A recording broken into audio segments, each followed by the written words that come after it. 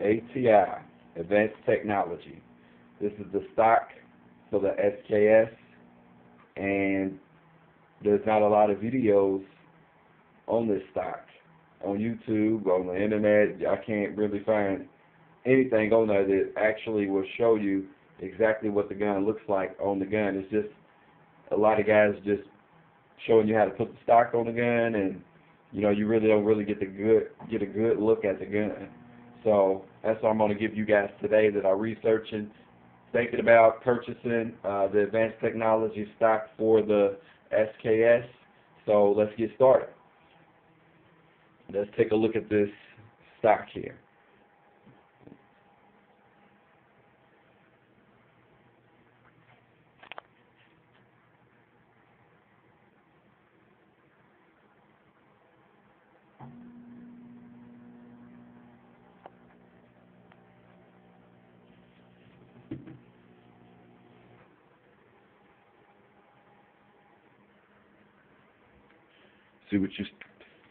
Let you see what you're spending your hard-working dollars on.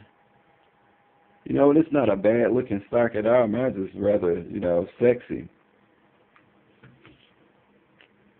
So yeah, letting you see all the details.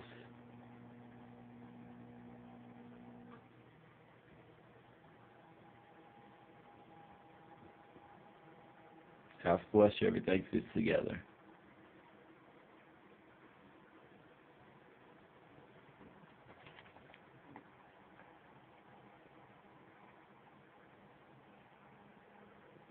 Now, before we get started, I want to tell you what it took to get this gun to look like that.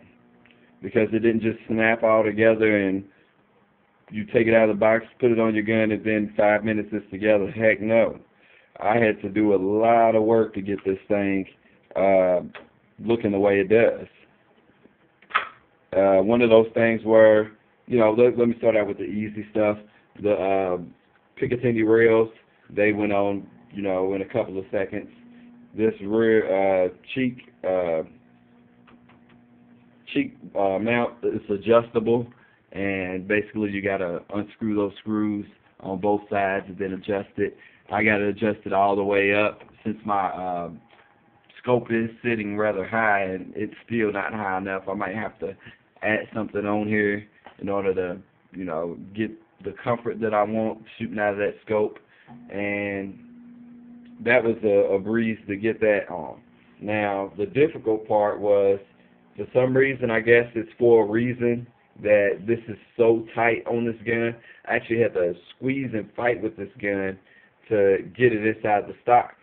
Now, my SKS is a Chinese Norinco SKS. I know there are some differences with, different SKS models, but me, I had to fight to get mine in there. Once I got it in there, no problems.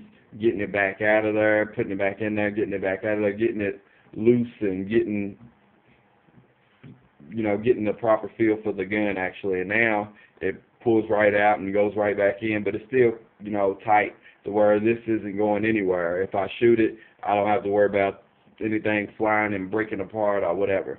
So that's kind of good. Also, this stupid gas tube and gas tube cover, it was the hardest part. Getting that old gas tube cover off the original stock and then placing it with this plastic piece. Now, once I got it done, I thought the rest of my work was over. But for some reason, I don't have any clue why, but after applying the new piece, and I think it's because it doesn't fit all the way flush with, crap, if I could get my shadow out of the picture, it doesn't fit all the way flush. You see that gap there? It doesn't fit all the way flush, so I actually had to Dremel off a bit of the back of the gas tube, this little metal part right here.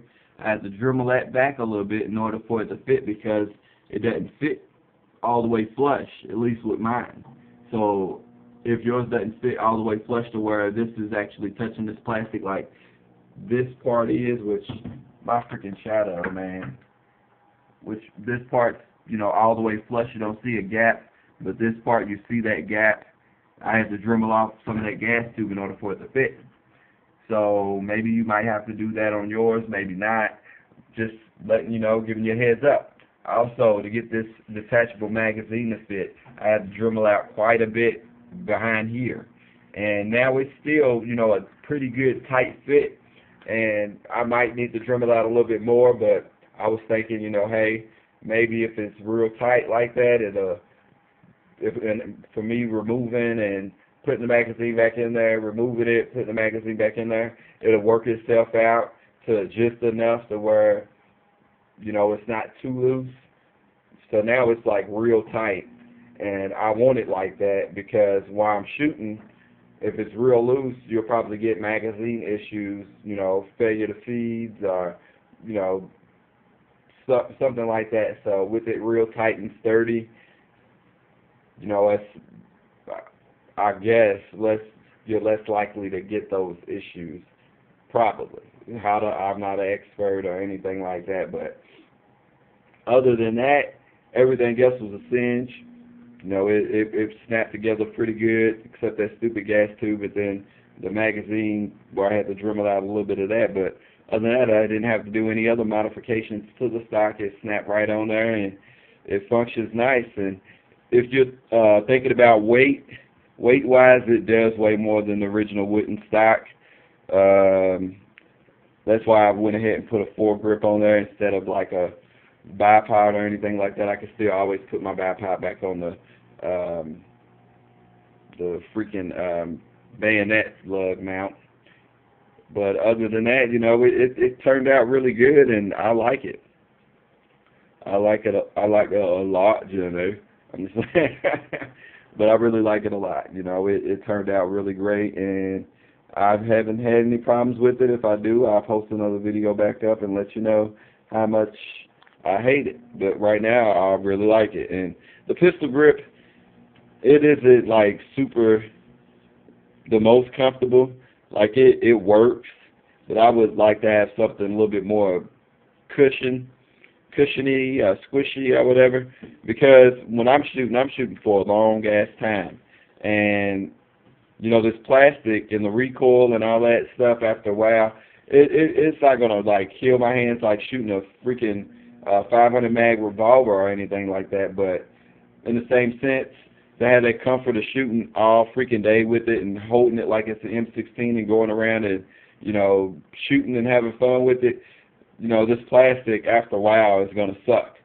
So I hope they come out with something, because this, you know, detaches right here. You have to actually screw this on, and it's held together by one screw. I don't know if it's going to work or not, but I think it wouldn't.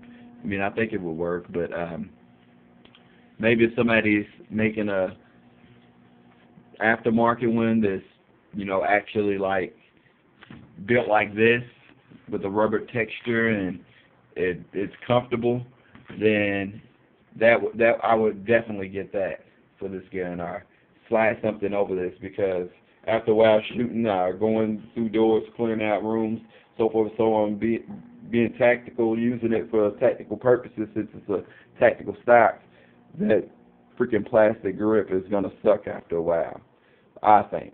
You know, just my personal opinion. But again, other than that, the gun went together. It didn't come with this rear receiver cover. I already had that, but the scope mount. It didn't come with the shell deflector. It didn't come with the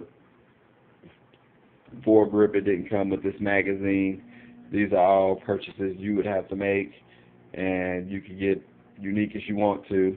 But again, no problems with this at all. Now, another thing, it doesn't show you this in the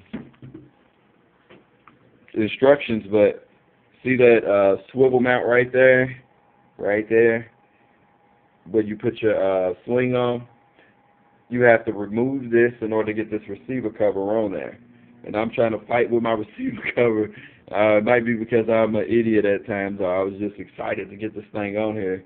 But you do have to remove that. It doesn't have that step in the instructions. And also, this is the folding stock. So let me get that folded for you guys. show you what it looks like with it folded. Pretty badass. You ask me. Turn it around the other way.